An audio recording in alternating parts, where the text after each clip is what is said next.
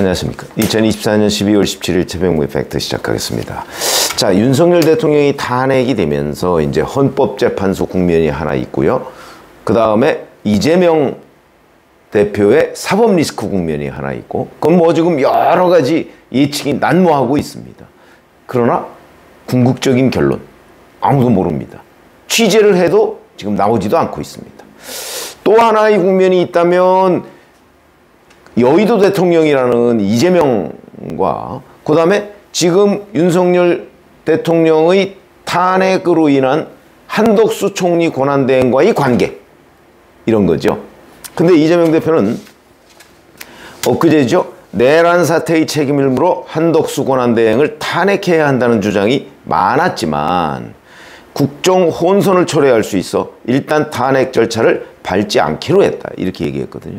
그러면서 한덕수 대행에 대해서 김건희 특검법 및 내란 특검법에 대한 재의혹권 행사 가능성, 이걸 이제 지적을 했는데, 현상을 변경하거나 새로운 질서를 형성하는 건 허용되지 않는다, 이렇게 얘기를 했습니다.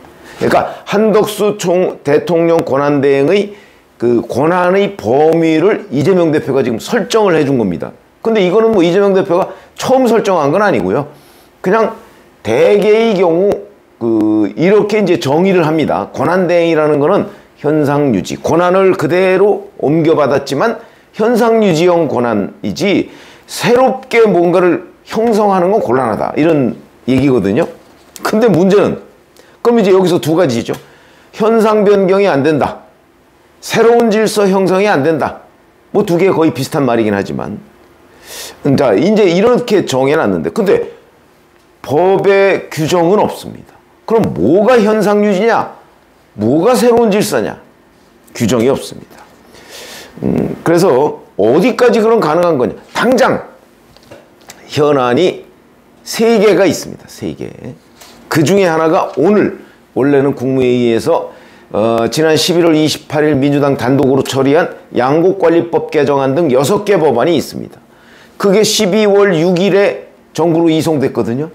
그러면 정부에서는 15일 이내에 재의 요구를 하든지 아니면 공포를 하든지 해야 됩니다. 법안으로 확정을 하든지. 15일이면 21일입니다. 이번 주 토요일이죠.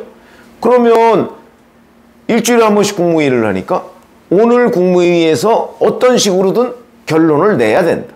근데 오늘 국무회의에 상정을 안 했다는 거 아닙니까? 그럼 조금 더 지켜보겠다. 그러면 이제 토요일 이전에 뭐 금요일쯤에 이제 임시국무회의를 열어서 결정을 해야 되겠죠. 한덕수 권한대행이 좀 눈치를 보는 것 같다. 왜? 탄핵한다니까. 이거 거부권 행사하면 탄핵하겠다. 근데 핵심은 이게 문제가 아니고 김건희 특검법과 내란 특검입니다. 이거 박성준 그 원내 수석 부대표가 뭐 방송에 나와서 얘기하는 거 보니까 아예 양곡관리법보다는 이 두 가지의 법안에 대해서 만약에 거부권을 행사하면 탄핵한다. 이거는 대통령 권한대행의 권한 범위를 넘어서는 거기 때문에 라고 주장을 했습니다. 그런가요? 양곡관리법은 거부권 행사하면 안 되고, 그러니까 거부권 행사라는 것 자체가 새로운 질서의 형성이다, 이렇게 지금 자기네들 나름대로 주장을 하고 있는 거거든요. 정말 그런가요? 그러면 또 하나의 요 2개 외에, 근데 내란 특검하고 김건희 특검법은 12월 14일에 그 국회 본회의를 통과했죠. 그런데 그 이후에 아직 정부로 이송되지 않았습니다.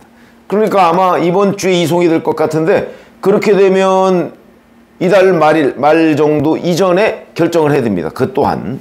근데 또 하나가 있습니다. 바로 윤석열 대통령이 탄핵을 심리할 헌법재판소 재판관입니다. 현재 6명이죠. 근데 국회 몫의 3명. 이걸 이제 대통령 권한대행이 임명할 수 있느냐 없느냐, 이런 게 문제가 되는 거죠. 2017년 1월에 그때 추미애 민주당 대표였는데, 기사 찾아보시면 대통령 권한대행이 헌법재판관을 임명하는 건 황당한 얘기다, 어불성설이다, 그렇게 기사 지금 남아 있습니다. 그때 왜냐면 박한철 헌재소장의 후임을 임명하느냐 임명하지 못하느냐. 그거를 당시 야당인 민주당이 반대했던 겁니다. 대표가 말도 안 된다 그래서 황교안 권한대행이 임명을 못했습니다. 물론 지금과는 약간의 차이는 있습니다. 지금은 국회 몫의 3인을 임명할 수 있느냐 없느냐고, 그 당시는 대통령 몫의 1인. 그러니까 새로 찾아야 되는 거죠. 그런 정도의 차이는 있습니다. 그러나 기본적으로 추미애 당시 민주당 대표가 얘기했던 건 권한대행은 새로운 질서 형성이라고 본 거죠. 헌법재판관 후임은 하면 안 된다. 어불성설이다. 이렇게 얘기를 한 적이 있거든요. 이건 여전히 논란이 된다. 어쨌든 그렇게 돼서 지금 헌법재판관 임명을 민주당은 2명을 추천하고 국민의힘은 1명을 추천해서 그중에 23일, 24일에 청문회를 거쳐서 12월 30일에 정부로 이송하겠다. 지금 이렇게 나왔거든요. 그러면 이제 근데 이거는 민주당의 주장입니다.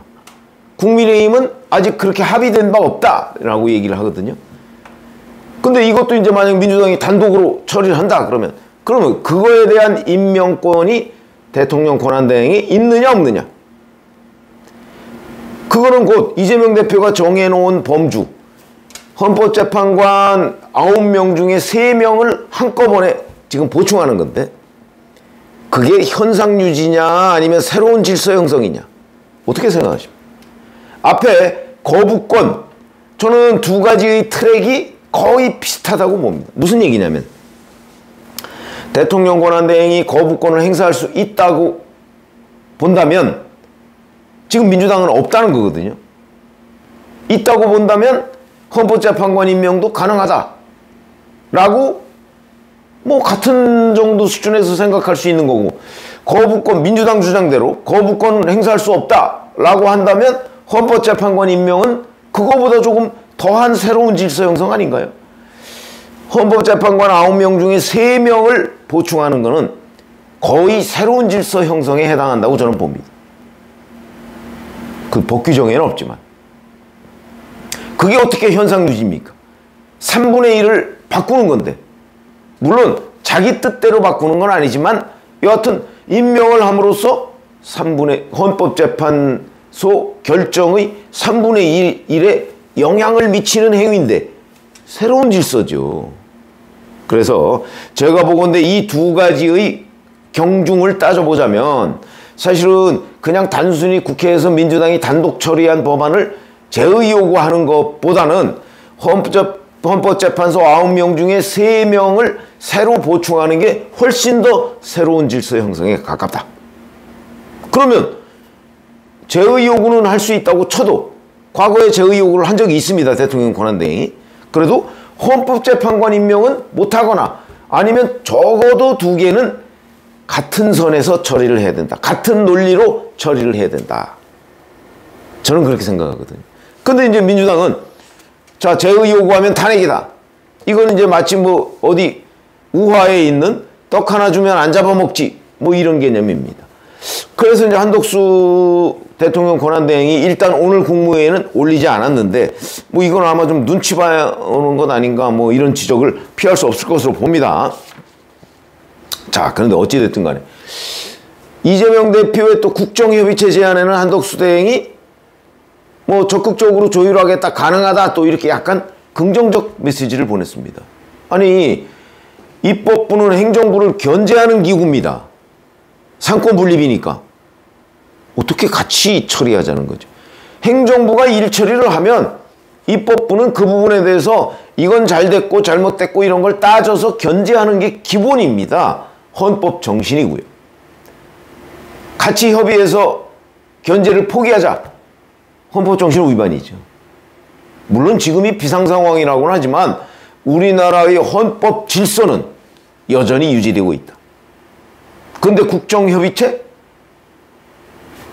글쎄 권성동 국민의힘 원내대표는 이재명 대표의 대통령 노름이라고 규정을 했습니다. 반대한다는 뜻이죠. 그러면 한덕수 대통령 권한대행이 어떻게 해야 될까요? 원칙대로 가야 되는 거죠. 행정부와 입법부는 견제와 균형의 관계입니다. 당연히 국정협의체라는 건 없고요.